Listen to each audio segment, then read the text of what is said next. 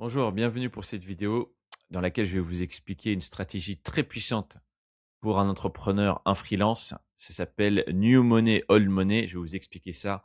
On l'utilise avec des clients.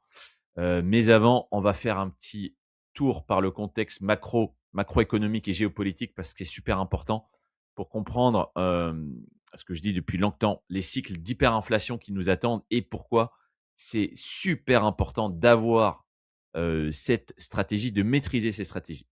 Donc, le contexte macro et géopolitique, bah écoutez, hein, comme annoncé, on est en fin de cycle, on est en hyper-endettement, on est avec des États qui augmentent toujours plus leur budget armement. C'est jamais bon signe. Euh, Si on est hyper endetté et on augmente l'armement, il n'y a pas de ROI sur l'armement, d'accord. Ça peut servir que à casser la figure à quelqu'un d'autre. Et si on n'a pas de chance, il répond. Et si on n'a pas de chance, le conflit s'enlise, etc., etc. Donc pour nous, qu'est-ce que ça veut dire? Ça veut dire qu'il faut vous habituer à vivre dans un monde où on va multiplier les conflits et les tensions. C'est vraiment, il n'y a pas d'autre alternative. On rentre dans ce cycle-là. Et ça veut dire que en termes de prix, de transport, de l'énergie et donc du reste, hein, parce que tout est transportable, surtout dans un monde qui est international et mondialisé, on va souffrir sur les prix encore plus et on va rentrer dans les scénarios d'hyperinflation.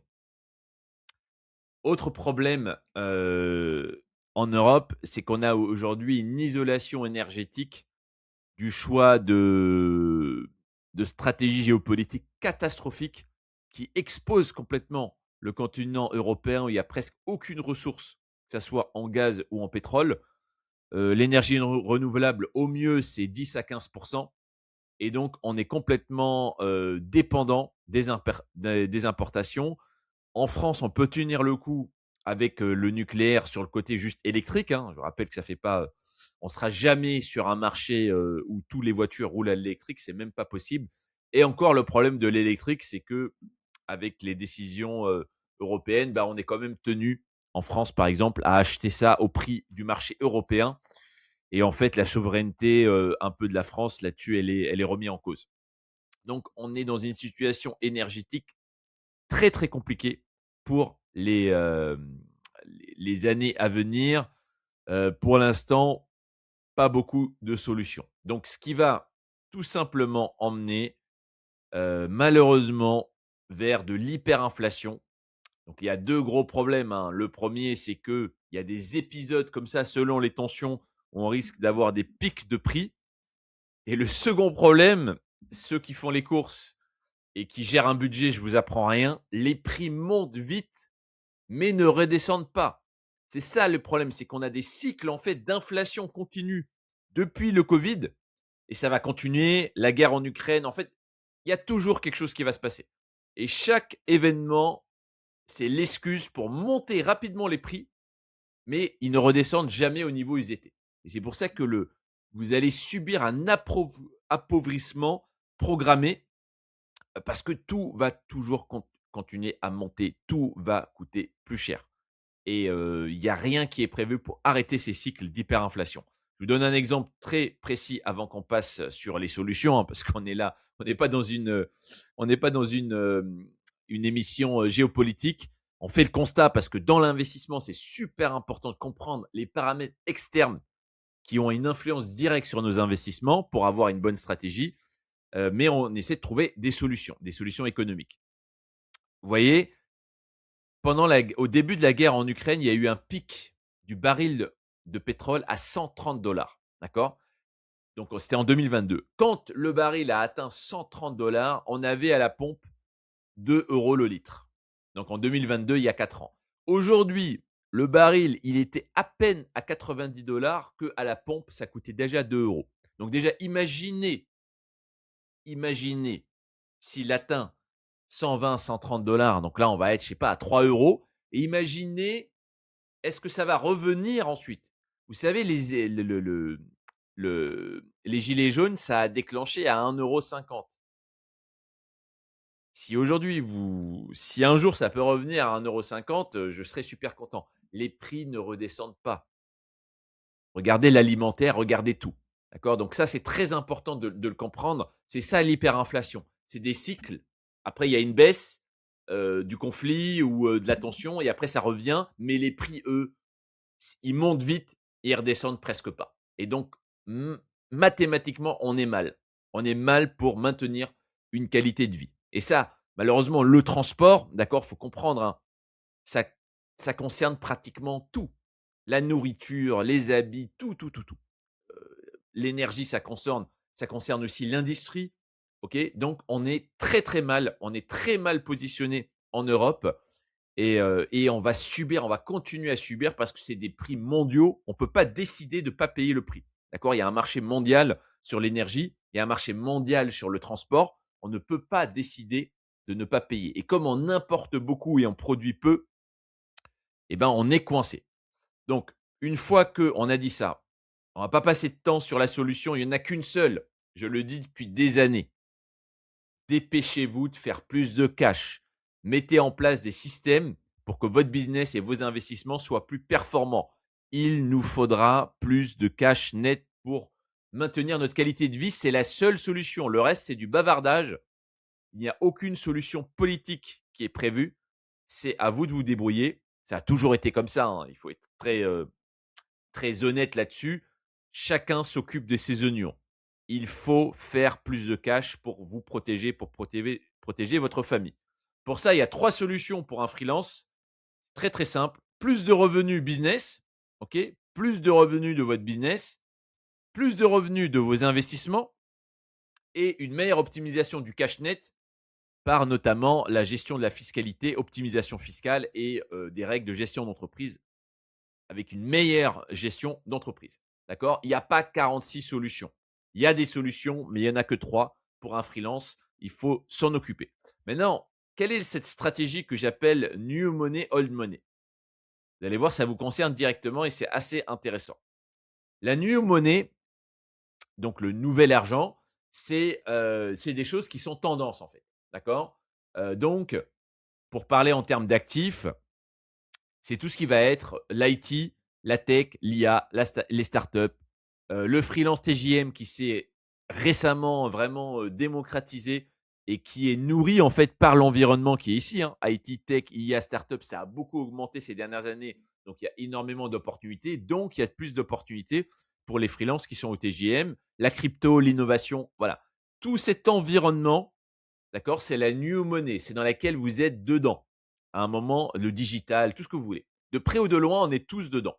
Donc ça, l'avantage, c'est que c'est du cash rapide, c'est des opportunités maintenant, c'est la tendance du moment des dernières années. L'inconvénient, c'est que cette tendance peut évoluer, elle peut se finir. Il y a beaucoup de volatilité, ça veut dire que ça bouge beaucoup. Il peut y avoir un crack brutal, notamment avec la bulle IA qui peut éclater à tout moment. Et il y a beaucoup de concurrence, hein, puisque vous savez, c'est toujours pareil. Quand il y a des tendances, tout le monde veut y aller.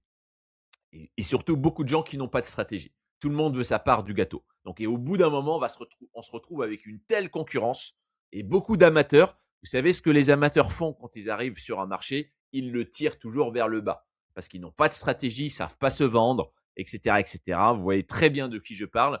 Et donc, bah, ils commencent à baisser, notamment le TJM, si on parle du marché freelance. Et vous voyez aujourd'hui des gens qui acceptent de travailler. Avant, ils étaient à 550 ou 500 au minimum. Aujourd'hui, ils acceptent du 400, du 350 euros.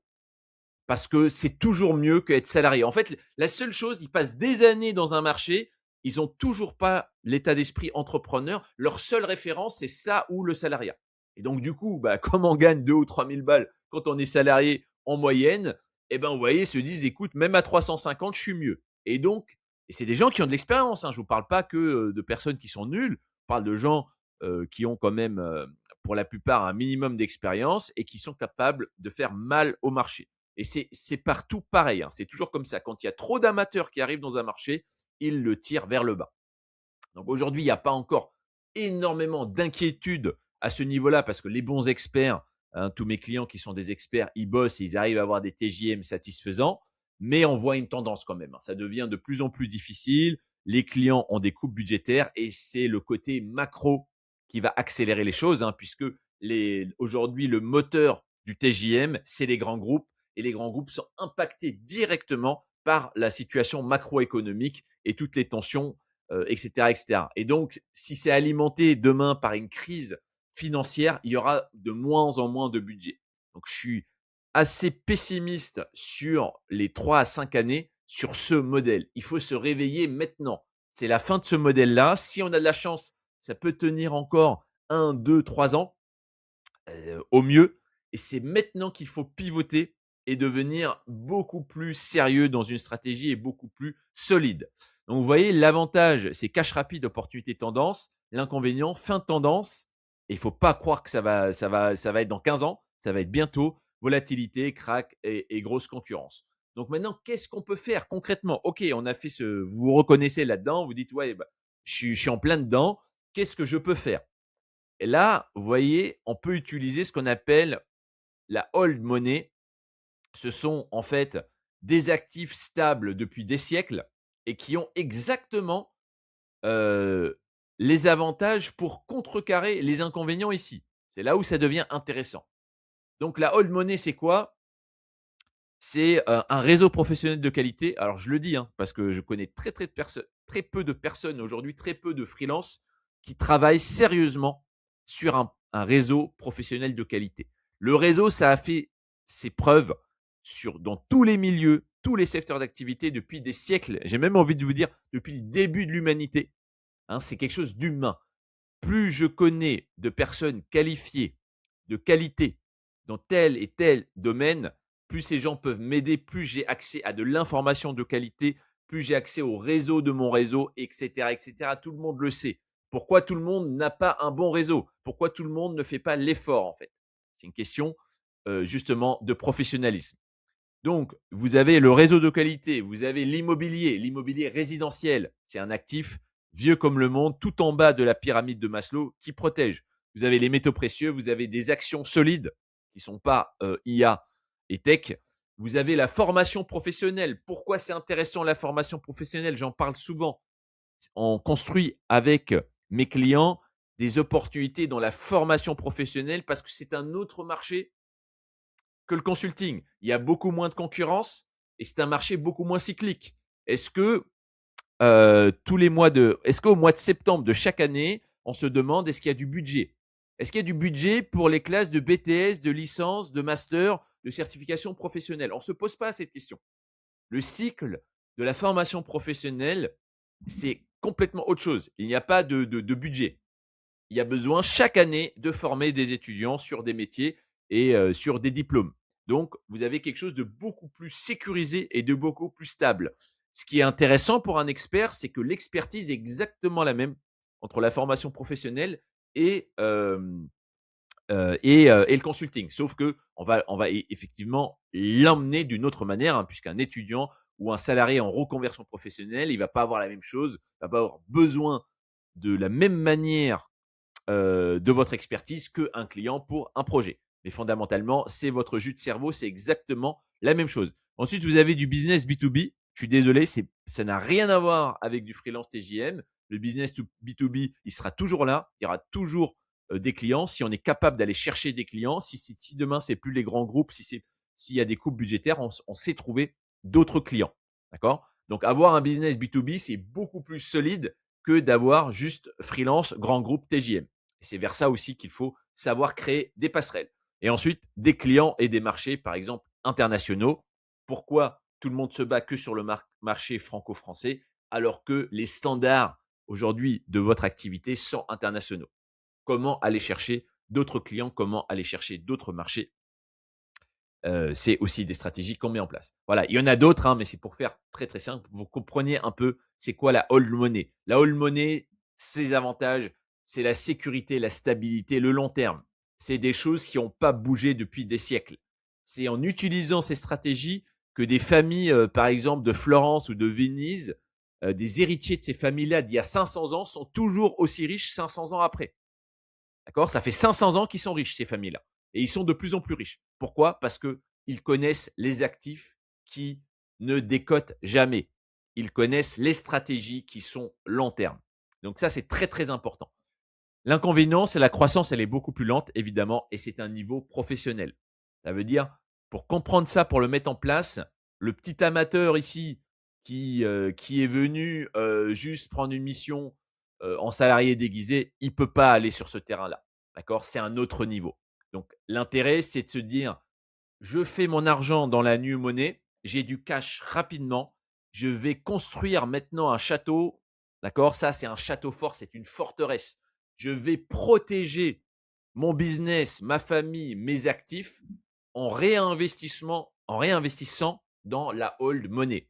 Je construis ma forteresse à partir de l'argent rapide qui est fait ici et je le réinvestis pour me sécuriser long terme, en ayant un niveau professionnel, en construisant un réseau, en ayant des actifs immobiliers, en ayant des métaux précieux, en ayant un portefeuille d'actions solides, en ayant un plan B ou des leviers de croissance, soit par la formation professionnelle, soit par un business B2B où je recycle mes compétences que j'ai déjà et je leur donne d'autres leviers de croissance qui ne sont pas tous sur le même marché. Si demain, être freelance, ça paye beaucoup moins ou si ça devient très compliqué, très concurrentiel, c'est quoi mes options? Il faut les construire aujourd'hui parce que ça va arriver. Je vous le dis tout de suite, cela va arriver et ça va arriver rapidement. Donc, c'est quand on a de l'argent, quand on a une mission plutôt longue, quand on a des flux d'argent qui rentrent, c'est maintenant qu'il faut agir.